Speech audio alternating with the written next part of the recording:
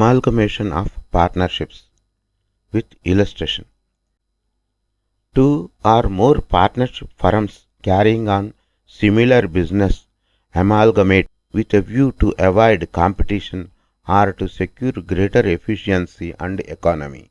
The amalgamation may be agreed upon on the basis of the balance sheet of each firm as it stands at one particular date, or a revaluation of the assets and liabilities of each firm may be agreed upon for the purpose of incorporating the figures in the new firm. When such an amalgamation takes place, the final adjustments in the accounts of each firm will be made on the basis of the values at which the various liabilities and assets are taken over by the newly constituted firm.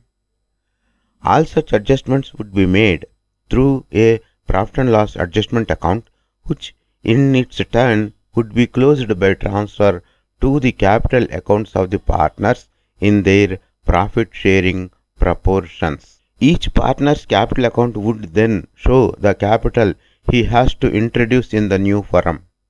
A balance sheet can then be prepared amalgamating the whole of the assets and liabilities of the firms taken over so as to indicate the opening position of the new firm.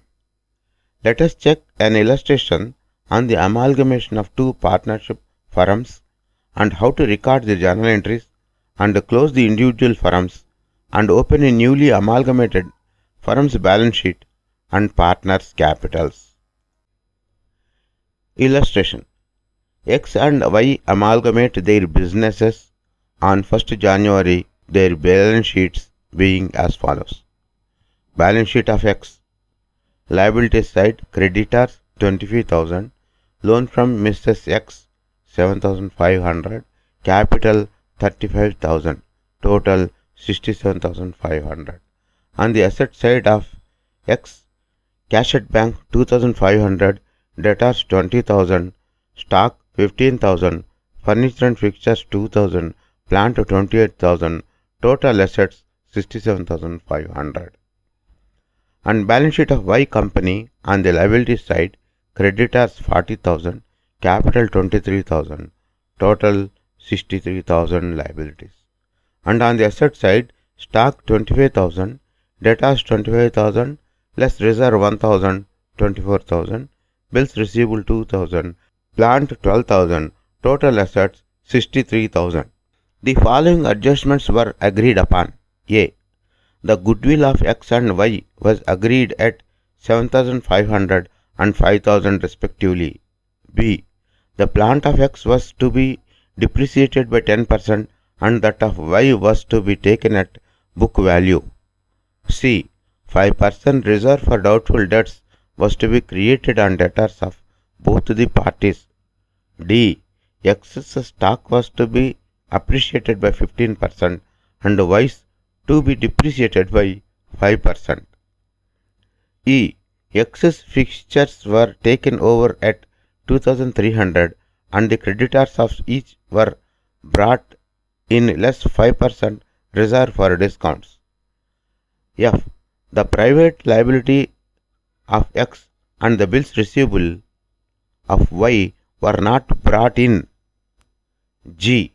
Y is to be credited with 3,000 for patent rights which he possesses and which are to be deemed as a partnership property. H. X brought in his bank balance and Y was to bring in the necessary amount in cash in order to equal his capital to that of X.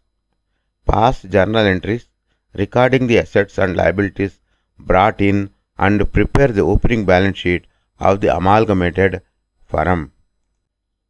Solution. Let us prepare journal entries. Bank account debtor 2,500, sundry debtors account 20,000, stock account debtor 17,250, furniture and fixtures debtor 2,300, plant account debtor 20,200, reserve for discount on creditors 1,250, goodwill 7,500, to sundry creditors 25,000, to reserve for doubtful debts 1000, 2. Excess capital account 50,000, being the values of assets and liabilities brought in by X as per agreement as per his balance sheet. Journal entry number 2.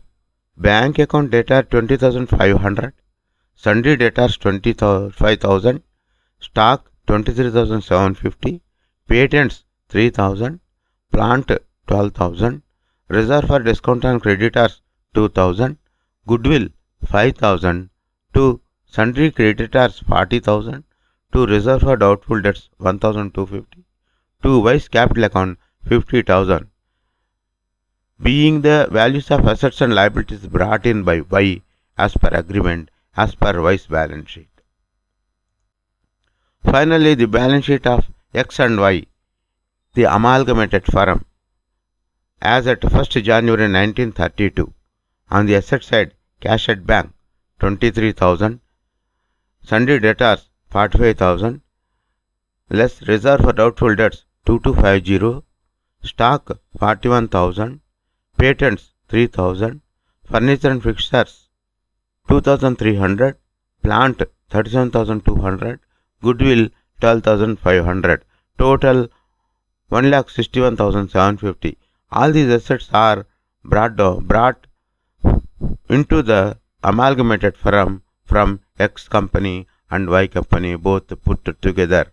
And on the liability side, sundry creditors 65,000, less reserve for discount on creditors 3,250, net 61,750, capital accounts of X 50,000, capital account of Y 50,000, total 1 lakh, total creditor liabilities 1,61,750. This is how the amalgamated balance sheet is prepared.